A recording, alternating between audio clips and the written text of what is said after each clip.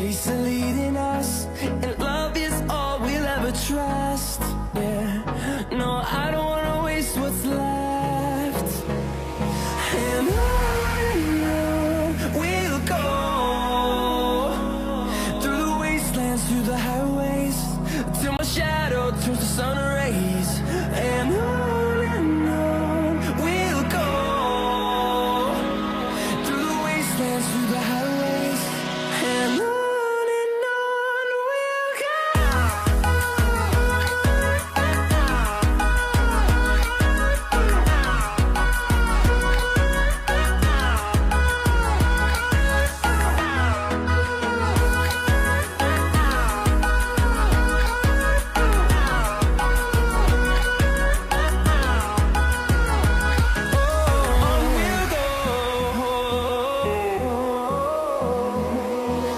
Finding life along the way, melodies we haven't played. No, I don't want no rest. Echoing around these walls, fighting to create a song. I don't wanna miss a beat. And on we'll go, through the wastelands, through the highways, till my shadow turns to sun rays. And on we'll go, through the wastelands, through the highways, and on we'll go.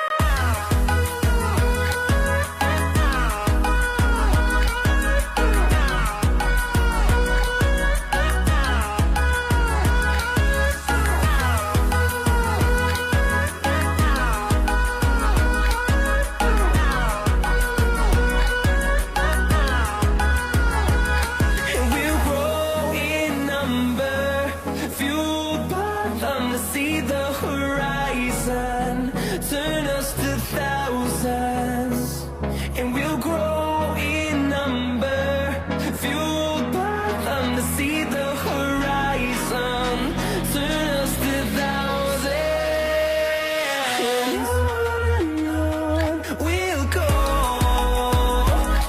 through the wastelands, through the highways, till my shadow turns to sun rays. And on we'll go, through the wastelands, through the highways, and on we'll go.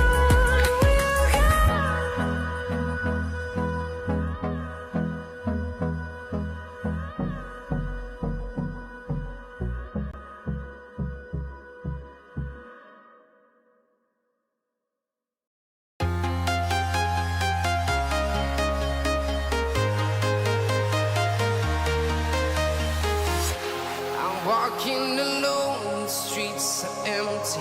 The only thing I can see is my own silhouette.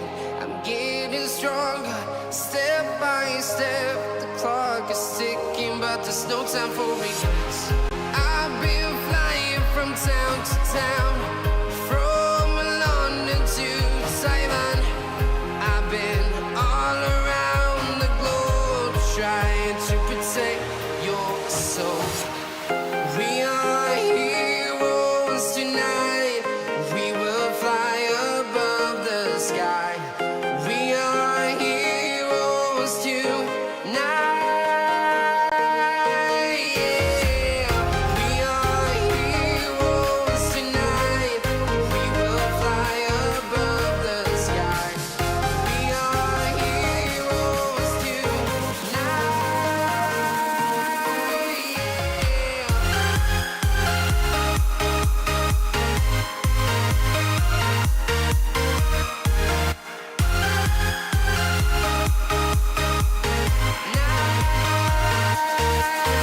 Yeah. Feel like a dynamite, ready to explode right up in the sky. I need you to listen.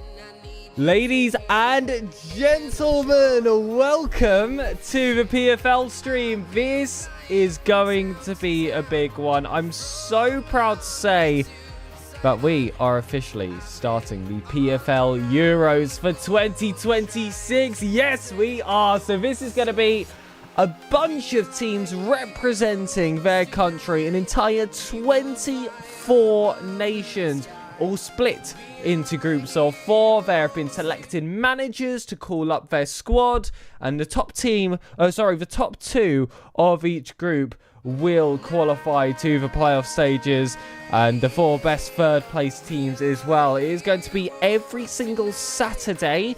We are going to have a stream for it, ideally, and matches will be played. There are going to be cash prizes for first to third as well, and of course it's going to take a lot of effort to topple the current reigning champions. Is there any surprises? But it is indeed Portugal. I mean, I got to see a little bit of a taste of what Portugal are capable of with the likes of FC26 in the Champions League a little bit recently. So I'll be interested to see if they can pull off that same feat again. My music is being very stubborn right now, but that's okay. I will get that fixed in a sec, but for now, we have got something really, really exciting for everyone here to start off the stream, because we're going to do some live interviews. I haven't done this on the PFL stream so far. I'm not sure if this is a particularly common thing, but it's going to be a bit exciting to get some questioning done towards the manager of Ireland to get us started. So I'm going to bring him in, and hopefully he's prepared for this to happen, but let's go have a look. Hello. You are live, just to be very, very clear. Welcome to the stream. Feel free to introduce yourself. I'm Shamsi, and I'm managing the Irish team for the Euros this time. That's awesome. How is it like being the Ireland manager? Because that's quite a big job on your shoulders. Well, I've done it in VPG for the World Cup the last 2 years, so I've basically got the core of all the Irish lads, so I just got them all in from that, basically, to play this, so wasn't really much stress. It was quite easy. Oh, awesome. I'm curious how many stages of this are easy. First of all, the big one, of course, there's been some controversies recently shown towards managers because of the upcoming World Cup. When it comes to squad selection, that's one of the biggest responsibilities of a manager before they even get to manage their first game. What was the approach like for PFL? Oh, VFL, I don't play VFL. It was VPG, I took it in. Okay. But what is it like managing? Selecting your squad when you do these international based events. It's quite easy. You just got to really take the best players that actually work with each other. Fair You've got to know the people that work playing off each other and can play with each other. It's not all about the best players. It's just about people that can actually play together. And do you usually head into these events with your own kind of tactical approach, or do you let your selection of players almost do the talking there? We do have a player style, but that won't be spoken about. That's fair. That's completely fair. I'll let the players speak for themselves when I hopefully get the opportunity to watch one of their games over here on the stream. I'm curious if there is a minimum aim here for you guys. Of course, everyone wants to win, but is there an earlier threshold perhaps that you would be happy with for the lads to reach? The final. Oh, okay. Top two. Who do you expect to meet there? The guys that's in our group, France. Okay, yeah. So that's interesting because currently Portugal are the reigning champions, and I know that they have a lot of players that play in the Champions League as well over here of PFL, and they just recently became champions. What do you think are the big differences between France and Portugal heading into this event? Was just a bunch of egos. Okay, fair enough. Looking at your group, of course, what nations or players do you see as the biggest threat? Of course, I know that France, as you've mentioned, are definitely going to be the team to look out for. But are there any players there that particularly stand out for the likes of yourself? Nah, I ain't worried about any of them. Bring them Okay, all on. I'll turn it around your way then. Are there any players on the side of Ireland that you're looking to really step up in this event? Give me a second, I'll tell you. Okay, you can by all means take your time. I'm interested. Queeveen will definitely be one up there performing for us.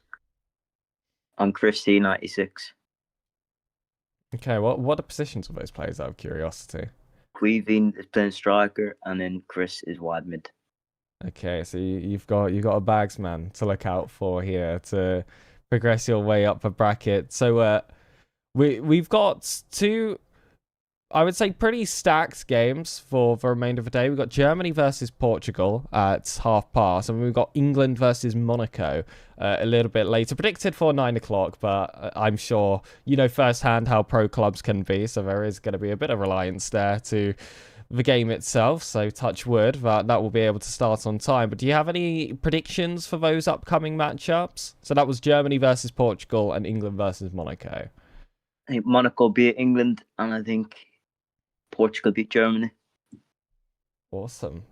Do you have any rivalries heading into this whatsoever? You did mention a nation earlier having perhaps some egos in the scene. Is there something a little bit personal there on the side of Ireland, or does that remain personal to yourself? Nah, they just were all up whenever they were at the Lanavan, innit? And they're better whenever they play at their own setups, so we'll not speak about it too much, but yeah. That's fair enough. And I am curious what it is like when you play a lot of the international lads, because there can definitely be differences in ping. How serious do you think ping disadvantage is in 11v11 pro clubs in general? Depends, like how far away are they. Like France isn't bad ping. Yep. I don't find Portuguese ping bad. Wherever you start going Russian or something, then it's and it's long. You have Turkey as well. Is that particularly awful? Because geographically, that seems to be quite a difference. I can't remember the last time I played. We played Turkey in the VPG World Cup, but I can't remember what ping was like. I know Polish isn't great. So I know that it's cash prizes for first to third. Of course, you're backing that at a minimum. You would like to be in that final later down the line. That's the real aim for Ireland here. You've spoken about not your fears, but definitely your respect for the French team in terms of their quality. Do you see that as very much one that you could be taken on numerous occasions, actually, with them being in your group as well? Well, we'll get to see tonight, won't we? We play them tonight. Absolutely. Would you call that a blessing? It's good to get them early and see what they're actually like. Probably Cool better off getting them in the first night. Cool to hear. I like to hear it. Thank you very much for this interview. Kept it short, kept it rather snappy. I know that we got the Germany manager also waiting in the wings, but I really appreciate your honesty in this first interview. This was a really fun one, and I will be looking out to see how you guys are going to do against France, because if that's a result you're able to pick up on the first day of the event, then immediately puts Ireland on the map, surely, for everyone watching. We're not here to take part, we're here to take over.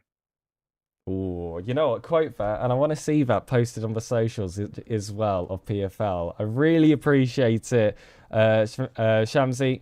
Good luck for tonight's action, and hopefully I'll have the opportunity to interview you again, perhaps a winner's interview later down the line. How's that sound? That's perfect. Thank you very much, and good night, my friend. See ya. What a guy. What a guy. I don't know about you guys, but I'm immediately sold now on Ireland. I love the way he came in here, so full of confidence, backs his team so greatly to go to the final, take down France. He said he's here to take over, and that's who you want at the helm of your club. So big appreciations to Shamsi there for that interview. But we will hopefully have another one very, very soon. Let me just prepare ourselves for that.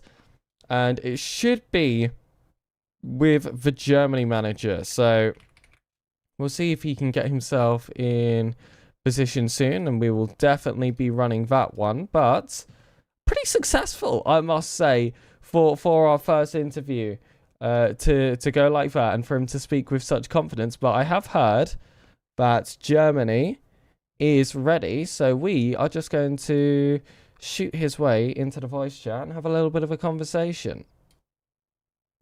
Hello. Just a heads up, you are live right now. Can you hear me? Are we all good? Yes, we're here. Okay, amazing. Is it Brishy to try Brisha.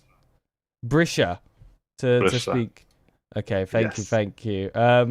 It's an absolute pleasure to have you here. Thank you so much for joining me in this interview. Of course, this is, and I will change it to Brisha for you here on the screen. Let's go with what I was told. But first of all, welcome to the PFL Euros. Do you also have experience managing a country in 11v11 clubs? I know that there were some mentions of VPG international events also running, but is that anything you've ever been a part of? Yeah, I've been managing the Germany team, basically the same for both leagues. I have the same roster, and I've been managing since FIFA 18. Mm-hmm. Wow. Oh my goodness. Oh my, that's back when I used to play FIFA, so that's how you know it's been quite some time for me. So that comes with a lot of experience. I'm sure there were some parts that were a bit tougher at the beginning, but does squad selection ever get easier when you're later down the line? How do you handle that as the leader Germany? For Germany, it's a bit different. There's less like other countries like Portugal, Spain, and France. I'll say they have like every new game they have like different names coming up, different names being good, being worse most of the time. So they have like a bigger pot of players. But for Germany, it's always kind of been the same. I have like every 2 or 3 years, I have like 2 really good players with like good potential that I could work with. But most of the teams always kind of been the same because community is smaller, and like the pool of good players is obviously not as big as the other nations have. So we are kind of limited, but always just make it work. So about the German scene being a much more tight-knit community than, like you said, your nations like France, which are always so full to the brim with talent. Is that, would you say, a somewhat pseudo advantage for you guys over in Germany, that you never have to worry about chemistry? You don't particularly have to worry about having the trust a newbie versus what you already have. Is that something that's appreciated in the German scene, especially from a manager like yourself? I mean, for me, I'd say it's appreciated, yeah, but I think I'd rather have the luxus, obviously, of being like the other nations with like big pools of players. But I don't mind having this as well, because most of the players like know each other. Most of them play for the same team, and I'd say some of my players are from like digital sports. Okay. And that's like where most of the players have been or are right now. So at some point we all played together, and we at least know like what a player wants from the other in what spot, kind of, because we're just used to their playstyle. But with FIFA, with the game changing every year, some playstyles need to adapt, and obviously some players are not trying to adapt or like don't want to adapt or change the playstyle. So that's always kind of rough as a manager to see people don't want to do new things or like change it. And then that's where I'd like to have some new players to have like more options of formations or styles you want to play on this game. I can imagine the addition of play styles was a big shake up to the it was. to the player pool there, particularly probably the biggest update I would say in FC or FIFA I would say, a decade. Honestly, that's really changed the game, and especially changed pro clubs there. Who is the most recent player to join the Germany team? And just out of curiosity, because you said you've had a lot of players that have been here for a while. Has there been anyone new to step up and find their way into the? Oh 11? yeah. I've had Suso, I've had Aqua. That's both of my CBs. Suso. Mm-hmm. I have. Who else do I have? I'm just thinking of the players that are playing tonight, because obviously I have different players playing. Like I like to rotate, see what works the best. But I think the players that have joined in the last year was Suso and Aqua. That's both of my centre backs. Then I have a new winger called Maurice. He's joined this year. I've seen Maurice. Yeah, I've seen Maurice and Suso. He's joined just before this tourney, basically like 3 weeks ago, I think. When I was doing trials, I signed him. And obviously I have Cosmo and Mupinho playing, which are also kind of new, I'd say. Both of them have been part of the team, but then haven't for a while, and now both of them are back. Incredible. So still a little bit of choice there, maybe not the same as France, but I mean the players you listed, I've seen them play. They're extremely talented, so yeah, I feel like it's the kind of position where even if you had a bit of a deeper pool, those are names that you would still see finding their way into the 11 at the very least, rotationally, at the very least. But what are your thoughts about going into the PFL Euros Cup this season? What are the expectations that are being set for Germany? I mean, having any other expectation to win is never really a good thing to have as a manager. So I always go in a tourney with the aim to win the tourney. Completely fair. Yes. I know that the Irish said definitely looking for, at the minimum, to make a grand finals appearance. But for yourself, of course, Germany, best player here. They're who you want to go all the way. That's the correct way to think as a manager. But who is in your head? Who would you be happy to beat in that final? Who would you say is the second place? Oof, I mean, France, Portugal, probably one of them too. Yeah, France again getting that mention. I know that Portugal are the current reigning champions, but Shamsi wasn't as happy to give Portugal that spot away for, he said, reasons he won't go into. So we're not going to either. But what would you rate Germany's position to the wider public here? How do you think people see you? Do they see you as prospective champions? Do you think they see you as underdogs, perhaps? Where do you think the current landscape in 11v11 clubs is approaching your nation right now?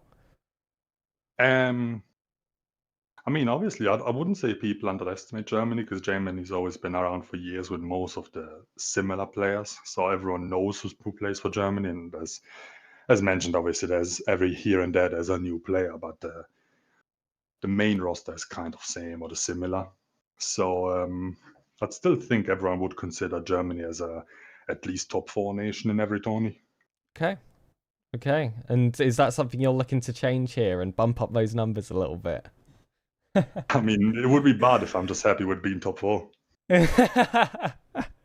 Exactly. I gave you a freebie there. I wanted to see how you take it, because who knows? One day, Brisha, I'm gonna do this interview and someone's gonna be like, "Yeah, I think we're top 10," and I'll be quite happy with that. And we'll just see how the responses go. I've got to always chance it. Okay, it's part of a job. It is very much part of a job here. But you are actually going to be playing Portugal in the first match of the day, hopefully pretty soon. I'm not really sure.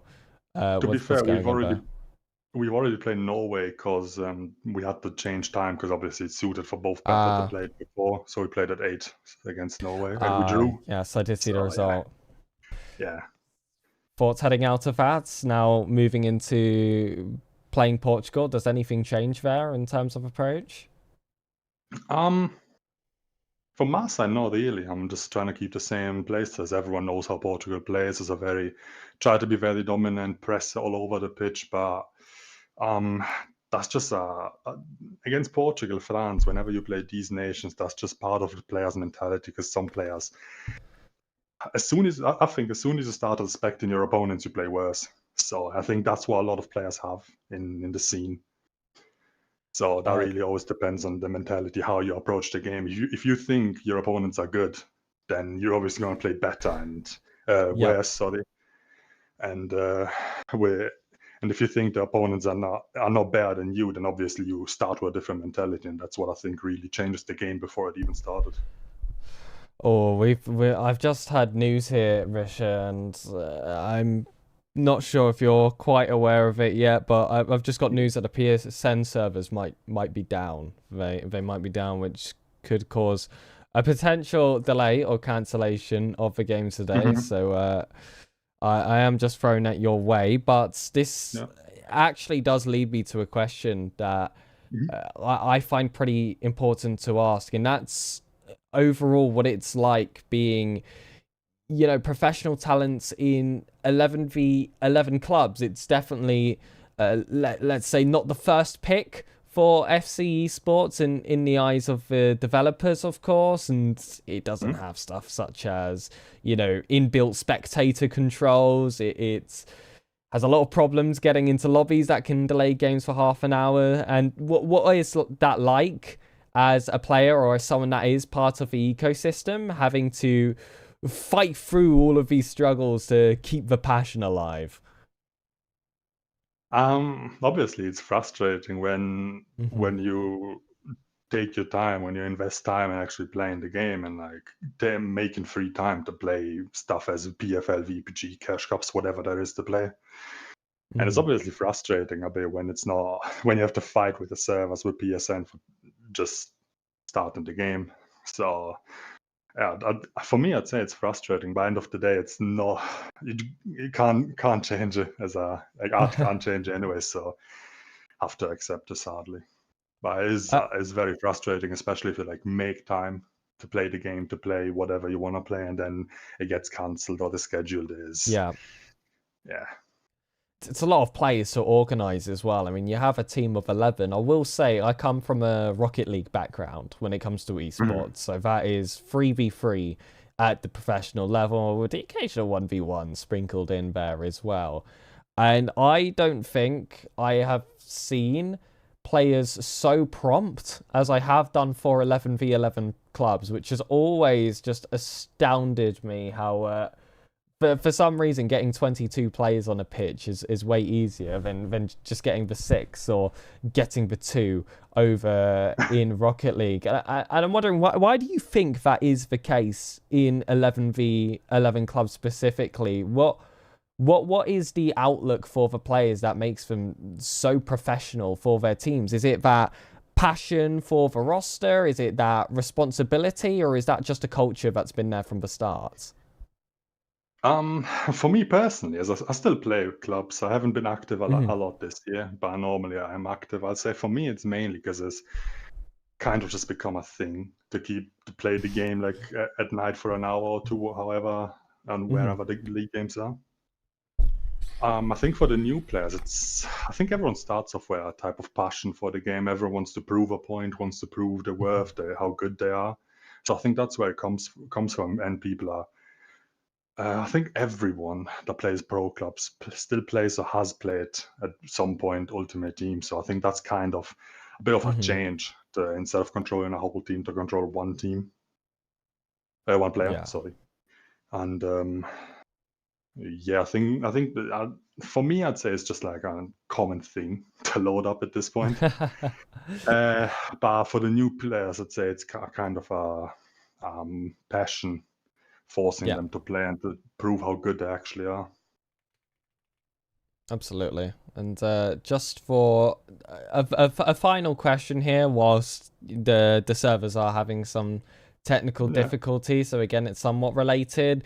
During the Champions League final for PFL, there was it was a 2-legged final, as per usual, as I'm sure you're used to. But between leg 1 and leg 2, we had to delay it, but I think it was close to 15 minutes-ish of just reloading into lobbies and somehow not all players making into it because of some, FC26 trickery or whatever you want to call it. What is it like as a team when you're in that competitive mindset and nothing is particularly cooperating with you, but then you've just got to snap yourself back into it once you find yourself in the game? Because I know that in that matchup specifically, in that second leg, after those 15-20 minutes, the Champions League winning goal was actually scored minute 1 of the game. One team was just a bit more alert than the other.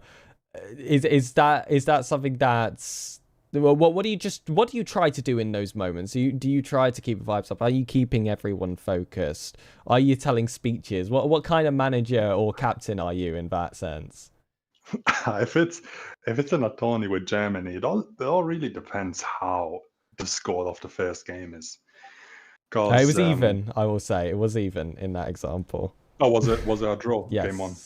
Oh, yes, okay. Game 1 was a draw.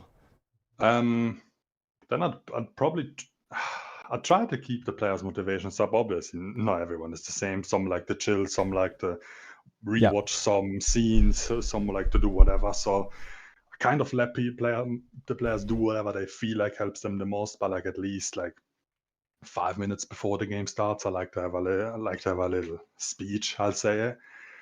Okay. Get everyone's head back in the game, so something like a goal in the first minute doesn't happen, because I don't think that's acceptable in a Champions League final. Obviously, whatever happened, I don't remember the goal. Could be of winning a header against a centre back as a striker. Could be a long ball. Could be someone not paying attention. So for me, conceding in the first minute, if it's not unlucky, then it's not acceptable. Just in the way I think of the game, and obviously the importance of a Champions League. So yeah, I think if I was in the gap for a 15-minute gap, I probably for the first 10 minutes I'll let players like do whatever, really, because everyone deals with pressure difference. Sounds off, but players do people do play different. They do have like a certain pressure when they play against a good team, or like in a big stage. So everyone deals with it different, and at least like 5 minutes before the game, I like to get everyone's head back in the game. What I didn't like, to improve to maybe give one or two little changes in game, and that's really it. Yeah. Thank you very much, Risha. This was, we went, of course, a fair bit over time, but I really appreciate you, again, spending your time here with such detailed answers as well for Germany. And it's really interesting to see. It feels like a slightly different dynamic from Ireland, but both very strong in their own right. So I'm definitely going to be looking out to see what you guys can do. I really hope that you eventually can get yourself at least in the lobbies to play your matchups at some point. But for now, that's going to be a huge good luck for me. And thank you very much, Brisha. Thank you. I appreciate being there. And goodbye, my friend. Thank you very much. Again, these managers in PFL are just so professional, and I absolutely love it. I absolutely love it. Unfortunately, we're not going to be able to watch that first Germany game, so we're going to mix it up a bit. We're going to go a little bit off course here. Let me bring it up. We are going to do Wales versus Ukraine to start off today's action, because we need to we need some Euros. Come on, guys, we need some Euros. We're gonna get some Euros. This is Wales versus Ukraine. Of course, on the side that says VFL, that is Welsh. They're using their flag. This is against Ukraine in the yellow. Currently 1-0 standing to Wales.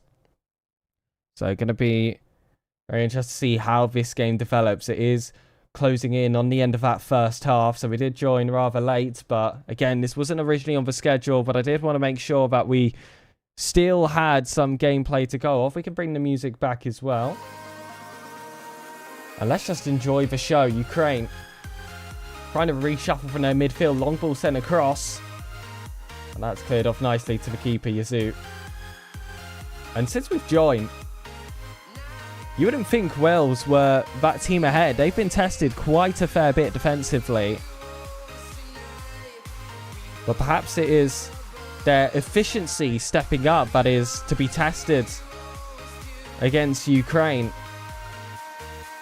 We'll find out very soon. The long ball plus is also becoming quite popular. Quite surprised. Definitely hasn't reached the ultimate team niches, but here in pro clubs, they really know their stuff. Wales able to stop that. Bringing it out to the wings. It's Andy Sensei to try and take it across that final defender, but that block came through. But there's been a dispossession on the infield. And that was the efficiency that I said could have been the difference. 2 shots, 2 goals. It's a lead for Wales doubled. And we get a taste as well now in the PFL mainstream. What changed the course of this game a little bit beforehand? First half comes to a close. And Ukraine have some chasing to do in one of the opening games of the group stage. This is a pretty competitive group as well. Ukraine, Andorra, Wales, and Belgium rounding off Group D here. Being able to pick up an advantage would be huge, especially with some goal difference, and Wales have already been able to grab some for themselves. Let me check the audio levels. Hopefully that's all okay for you. Apologies about that, did take some time to fix, but I'm happy just to have some FC to go over here. And we spoke a bit about ping difference a little bit earlier with the Ireland manager. Spoke about when you get towards those eastern countries, it can get a little bit difficult. Ukraine, I can imagine being one of those names at the moment. No, server's only 40 ping here for Wales, and they are thriving, but Ukraine need to get some back here in the second half. You can see the double tap triangle finding its way into the box, but a long reach comes out from the goalkeeper. Save comes through, and Ukraine are here to play in the second half. Aerial threats will clear this one out. And Wales have to start from their own back lines. You can see the press quickly tightening from Ukraine. So Wales keep it safe, header it back towards the keeper, and just allow all the players to reposition themselves. Throw-ins always pretty unusual, usually leading to those overloads on one side of the pitch. When you reset with a goalkeeper, that's when you can start winding up the play all over again. Ukraine, though, despite the lack of overload, still able to pick up possession. It's those long balls once more, headed back to the edge of the box. But it is defended well by Wales. Cleared out towards the wings. That was Clay Thompson. One option near, one at the back post as well. Instead, will look to dribble on his lonesome. SJHK, though, able to get that block off. Hits it off his man. And earns Ukraine a goal kick, but still waiting for their first goal of the game. Looks like they could have got it early in the second half. Now forced to completely reset in the second. But now, Storosh. Oh, blocked here by Twins. Now just quickly play this one out. Blocked yet again. I'm seeing a lot of quick attacks from both teams. Wasting no time with a counter-attack. Here's a counter-attack in FIFA. Doesn't get that pass across, though. The one back to Clay Thompson. He's on the opposite wing now. Firmino was, I believe, one of the strikers of the last goal. Frame mocking of the left wing. Stopped here by Rudia.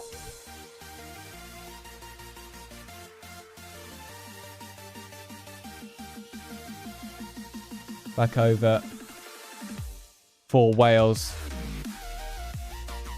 And clearly there has been a bit of a change in the meta here because I saw precision header on one of the players in gold. Nothing that I'm particularly used to seeing. Not going to be put to the test here so far. Dominio sent it wide to Clay Thompson. Goes for that back post cross. There's the position header I was talking about. Where has that come from in the meta? Also seeing use of long ball plus. Of course, there was a recent patch that made the likes of Tiki-Taka and Incisive less must-have, let's just say, for certain positions. Of course, you'll still want it in your midfielders. Ping pass is as useful as ever. But you'll still see a lot of these players still resort to using it. Because, of course, it does increase the efficiency so much. Lucy has plays towards the back, but Red for Light gets that first block. And there was a second and third defender right behind him, but could have reached it if he had enough in the first place. Block coming off here by Sturosh. Frame mogging. Wants to pass it back. The header comes through, though. And this is being recycled quick outside. Ping pass goes in. And he saw the first touch plus activate. Just wanted to turn himself on the 45. And shift himself to his right foot. But the Wales defense reading that well. And now there's a really important factor in their favour. Of course, they've already got the scoreline, but that clock is starting to whittle its way down. But if they can make it free, that could have been game secured. It's a great save towards that near post. Still goalless in that second half. And whilst it started to look Ukraine dominated, as Wales proved with that second goal on screen, their counter-attack is truly one to behold.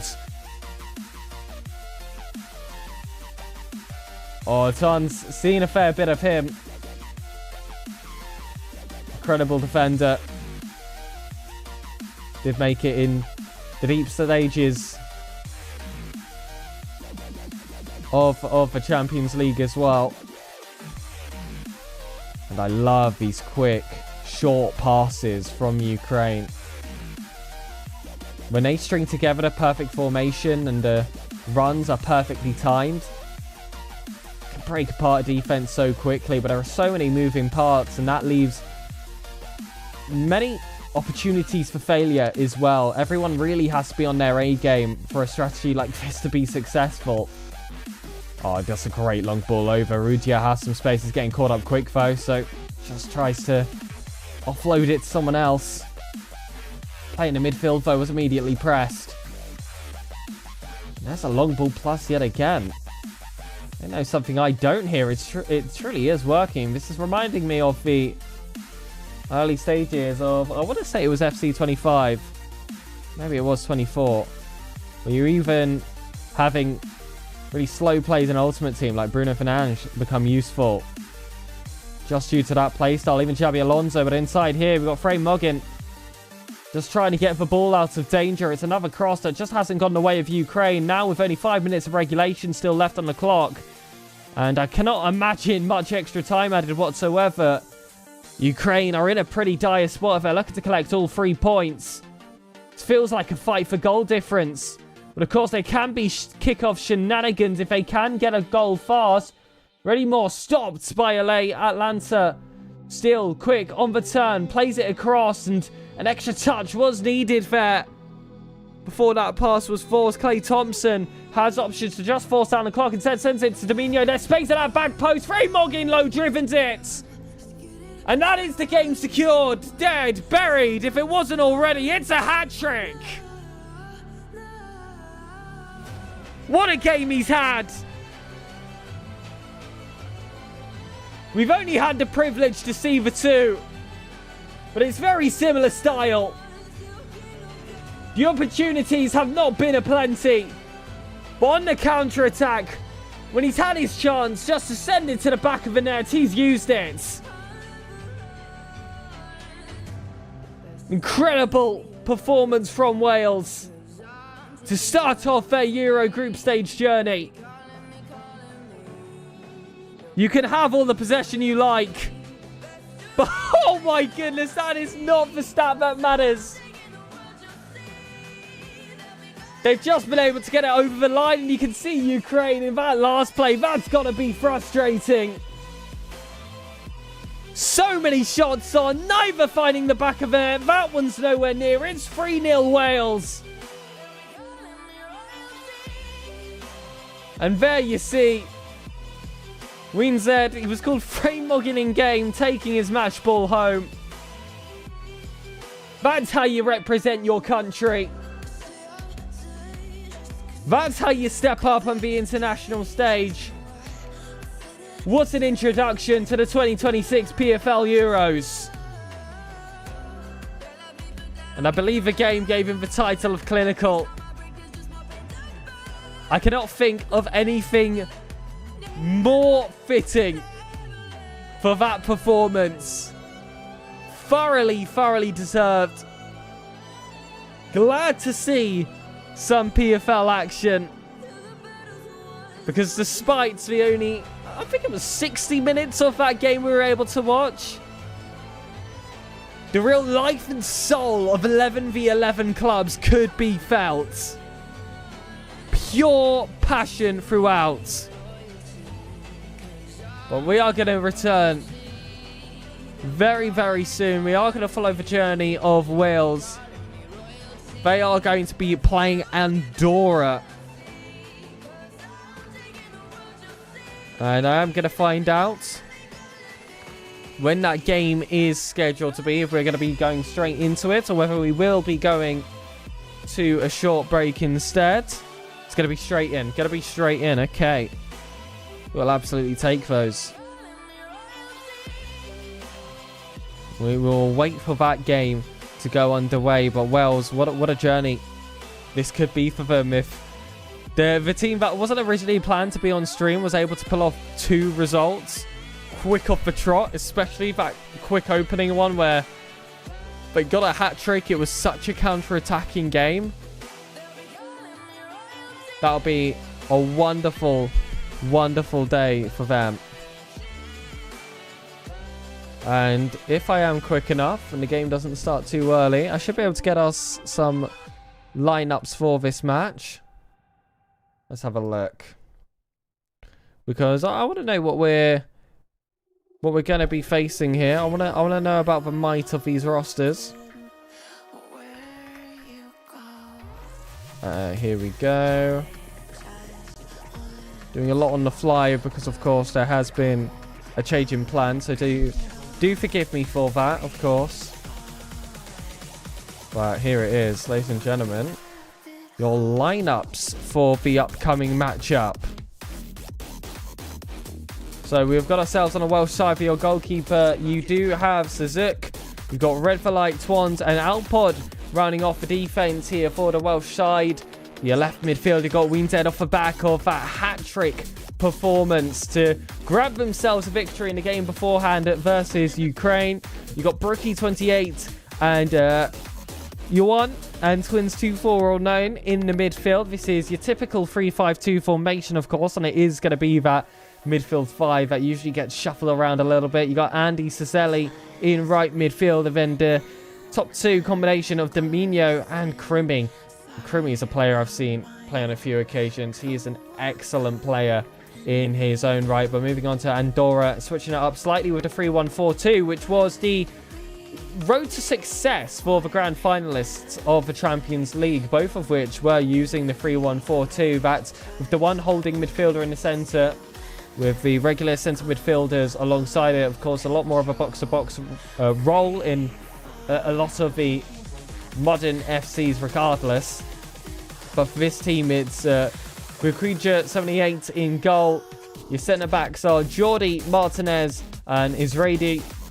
You got Sammy in left midfield, and on his right he is going to have Reen Jr. Your centre 3, you do have Nikov and Trazk as your centre midfielders, with Manu as your holding defensive midfielder. And then for your 2 up top, you've got I'm going to go for Tewe Jr. and Diego. And Diego, another one of those names that I am actually familiar with in this scene. I know what he's capable of. Could cause some damage against this Welsh roster, but it has to be proven on the pitch here. And Wales have now shown that they can face all the possession in the world, but you've got to still try and tip them over the line, and that is by no means an easy feat. Really strong defensively overall, and it's those counter-attacks. They are so venomous once they get themselves into transition.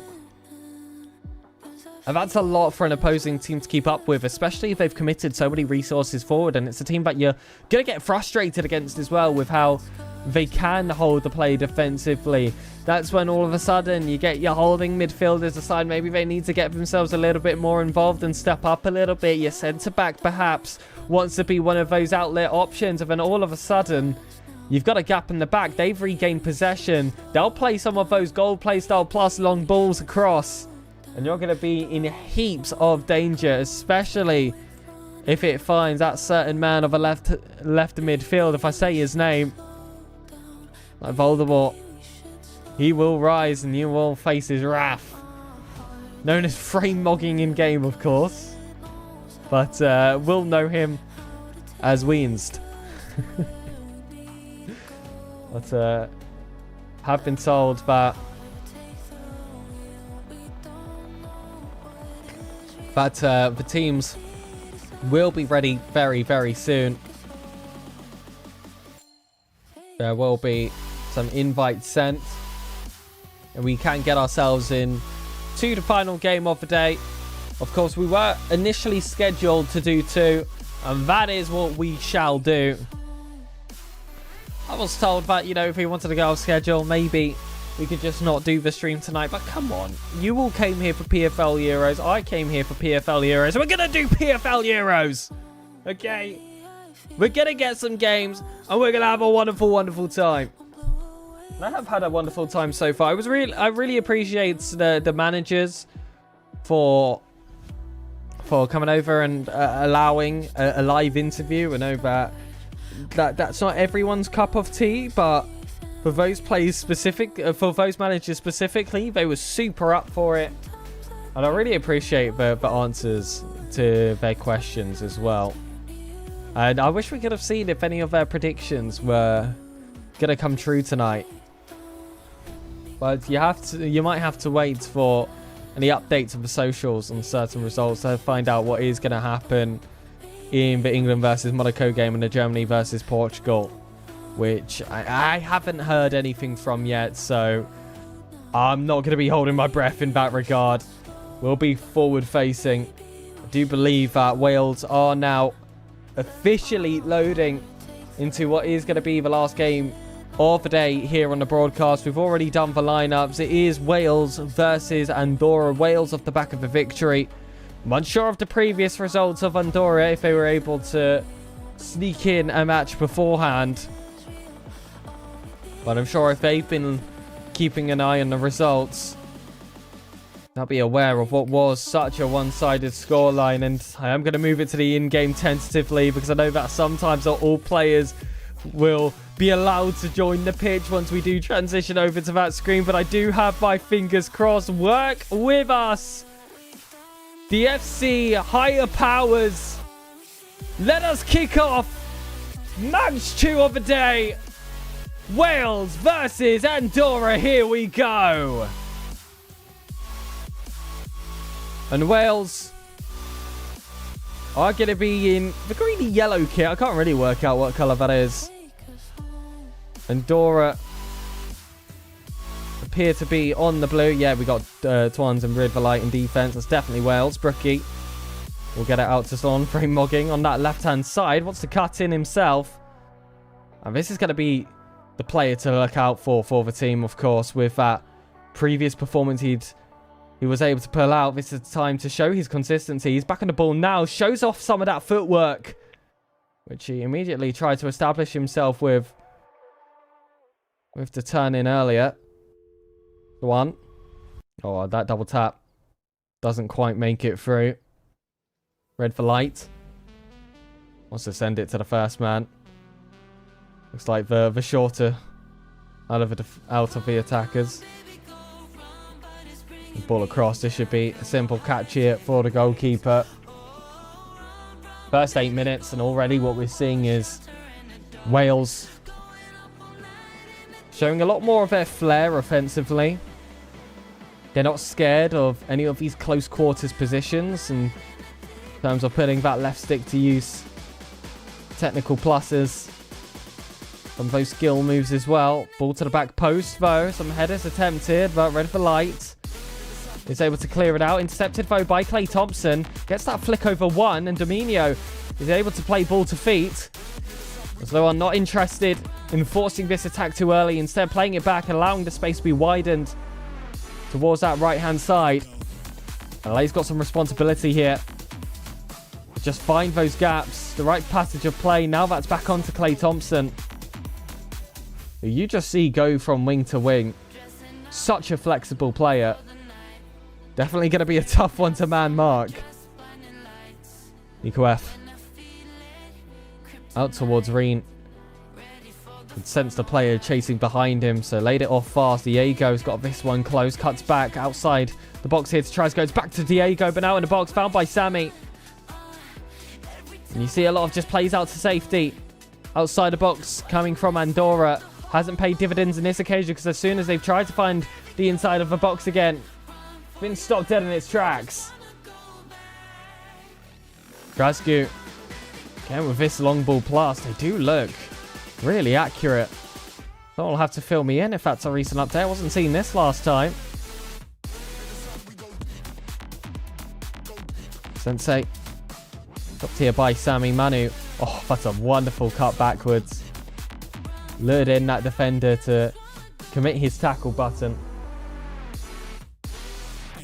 And that's what you want to do, especially when you're in the midfield.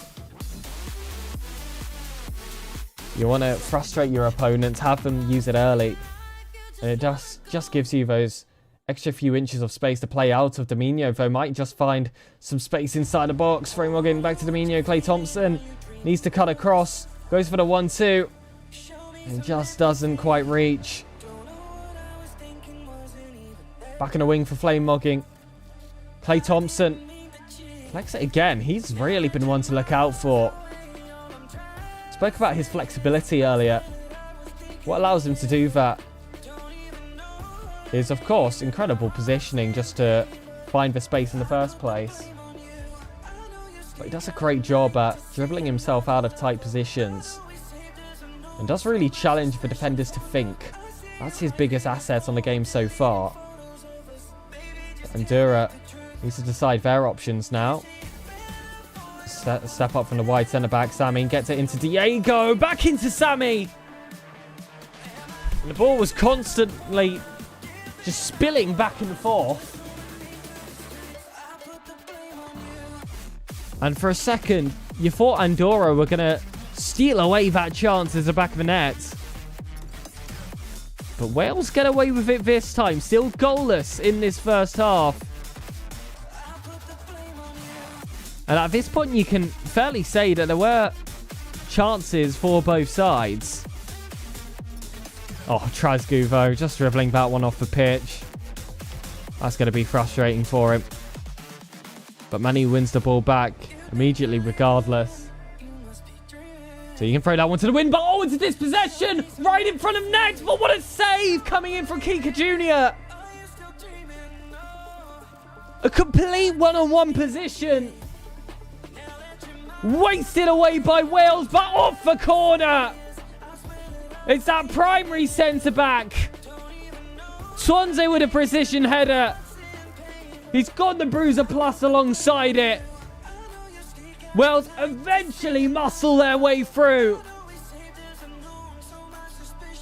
The striker's shown how it's done by the most defensive man on the pitch.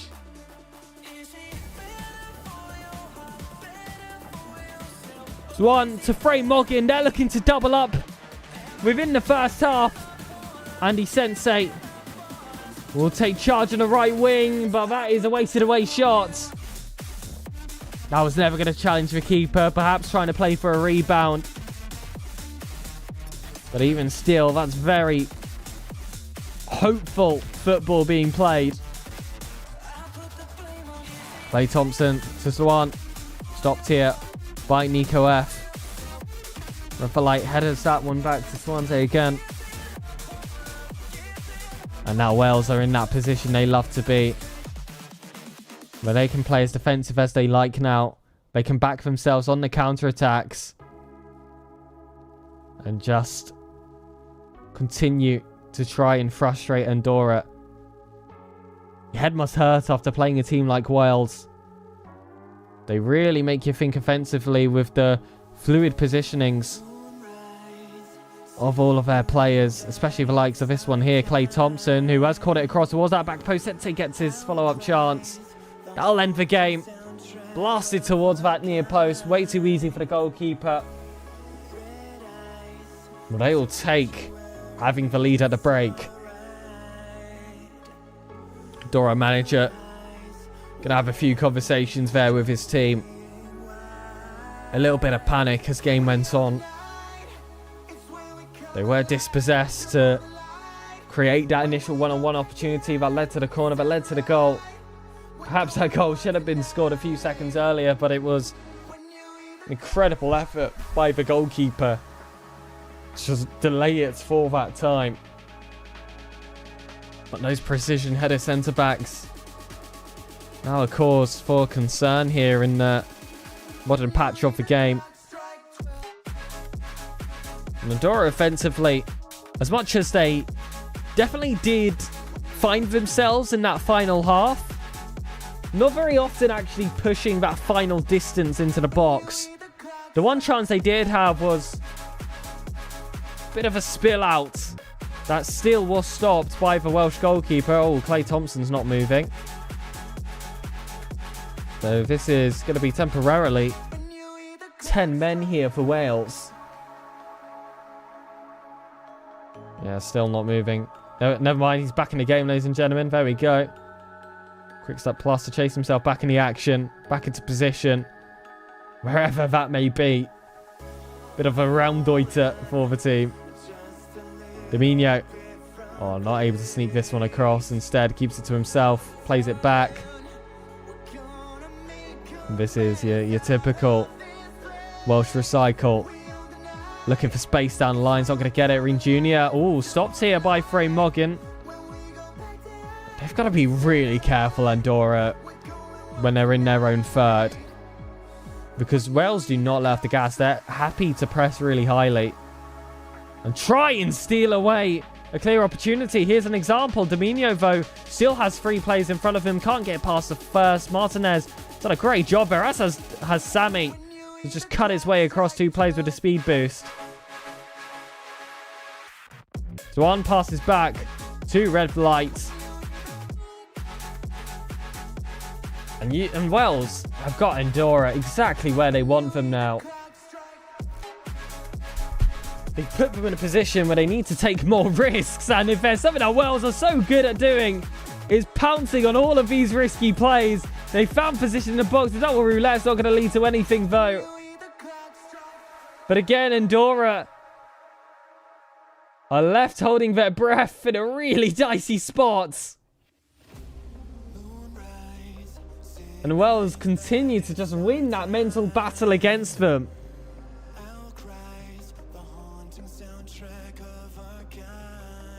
Red for light. Switches up the play here to LA Twins 2409. Gets this one over to Zwan. It's really quick play towards that back post. Too much weight behind it, however. The goalkeeper, let that one spill. This will go out for a throw-in. I was about to say, they'd be happy it's not a corner. Here we are now. Already seen the introduction of the precision header plus to change the course of this game. The very same player looked to be fouled, but Redverlight picked it up himself. And that was pure chaos within the 6-yarder. But the Andorran goalkeeper, who I must say has been excellent, manages to get this one to safe hands, and now the counter-attack will form as a result of it. Sensei gets this out of danger to LA Sensei. Over to Domino. Redverlight for himself. Gets this one to Swan.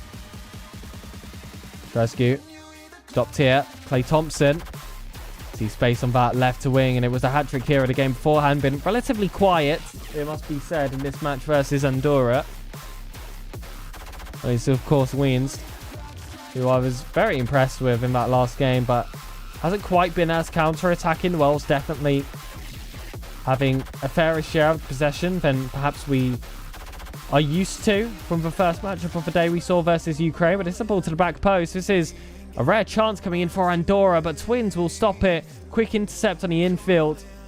And Twins doubled up by the two strikers of Andorra, still able to escape. And with all those men committed forward, we'll see how these very few in attack for Wales will be able to dish. That ball at the back post. That's 2 chances in a row. And they've had an opportunity for a killer pass, and it's been a bit too much power behind it. This still leaves the game on a precarious scoreline. It's only going to take one opportunity for 2 points to be stripped away from Wales out of what has been otherwise a perfect day for them. Of course, Andorra still need to make that happen. There's a lot of responsibility on their shoulders. Reen can feel it, cutting in from the wing. Back to Diego, cuts across, finds himself so much space. Below driven isn't going to cause any breakings of the net here. That cross doesn't go inside either. About 6 men in a box. So hard to find a passage of escape. Everyone knows how dangerous those cutbacks are, so they are defended. This is a great claim from the goalkeeper of Wales. That corner not having the same threat as any of Wales that we have seen so far. Now Domino has options outside the box. That's the player I was looking at. Played it so quick to Clay Thompson. And the shot just didn't match the quality that was needed from that position. That would have been the one to surely secure the game, surely secure the 6 points for the day. Instead, they'll still have to hold on for 7 minutes of in-game time. Dominio, though, has a chance to make up for it. Plays it out to Clay Thompson. There's been a few tussles in the box, but a bruiser's not going to lead to any penalties. And it's another moment where beads of sweat can be seen on the Andorran defenders' heads. And you would have an eye towards that referee for all the shirt pulling that was involved. But you can get away with muscling out the offensive players in FC26, and that was a masterclass on how to do it from Andorra.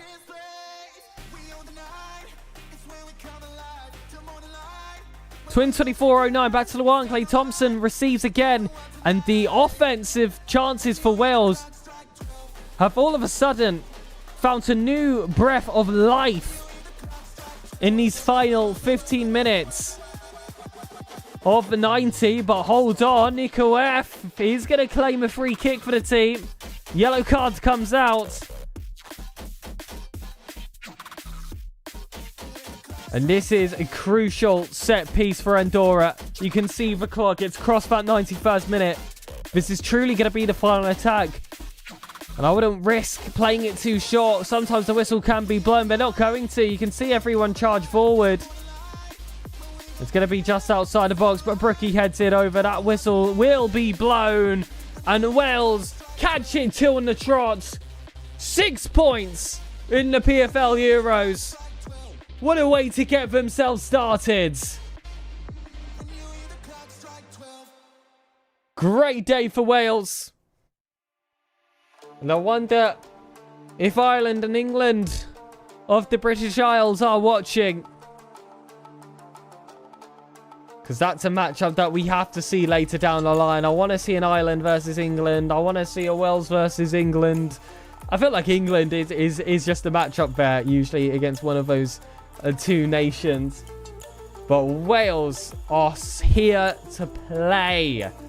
So very different games coming from them. We had the first game where it was a lot more counter-attacking. You saw a lot of their defensive efforts be put to the test. And we saw their left midfielder, especially Wiens, pull off a blinding performance with that hat-trick. But then in the second, a lot more possession for Wales. And as much as they were able to work the ball into the box, they didn't have much to show for it. Their one and only goal coming off the back of a wasted one-on-one opportunity, which, in all fairness, came off the back of an excellent save from the Andorran goalkeeper, who, again, despite taking the loss there, I would say was probably their best player, in my opinion, especially with that one-on-one save. But those corners, they are so pesky, especially when Precision Plus is as good as it can be.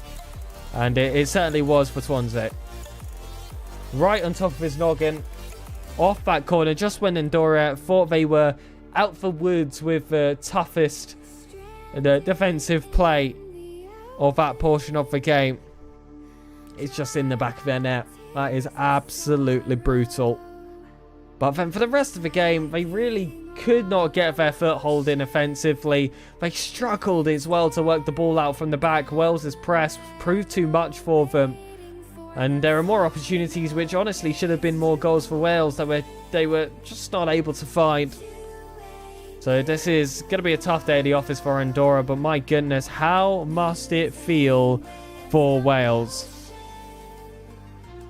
But ladies and gentlemen, we wanted 2 games today. It wasn't the 2 games we asked for, but we're so appreciative for the games we did get, because they really did deliver. So thank you very much to Wales for allowing us to follow your journey for today. PFL will be back during the midweek, and of course every single Saturday for some more PFL Euros action. Just a reminder that it is going to be the top 3 that do get a share of that prize pool. So if you want to look out for who those top 3 could be, this YouTube channel is going to be the best place to keep up with all the action. So make sure to subscribe to the PFL YouTube channel, and of course to the PFL esports account over on X, where all of the action is caught up with. There's also some giveaways that I see they like to do occasionally when it comes to those predictions. So if you want to prove your ball knowledge, make sure to go over there, and of course that match reporting as well. As for myself, I have been Sir Pegasus. It has been an absolute pleasure yet again to feature on the PFL broadcast. Many good lucks to all the teams competing in the Euros Cup here for PFL. And for those of you that are just along for the ride, I hope you enjoyed the action, and I hope that you shall return. We shall see you next time.